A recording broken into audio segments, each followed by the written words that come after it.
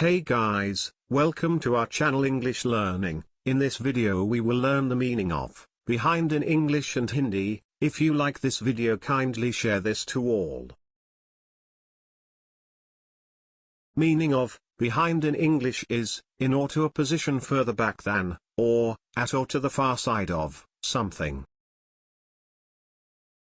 Behind का हिंदी में अर्थ होता है पीछे, के पीछे या के बाद.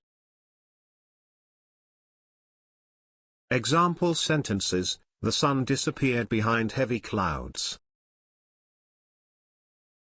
सूरज घने बादलों के पीछे गायब हो गया. He came out from behind the curtain. वो पर्दे के पीछे से बाहर आया. He parked his car behind the building. उसने अपनी कार बिल्डिंग के पीछे खड़ी कर दी. The child was hiding behind a big tree.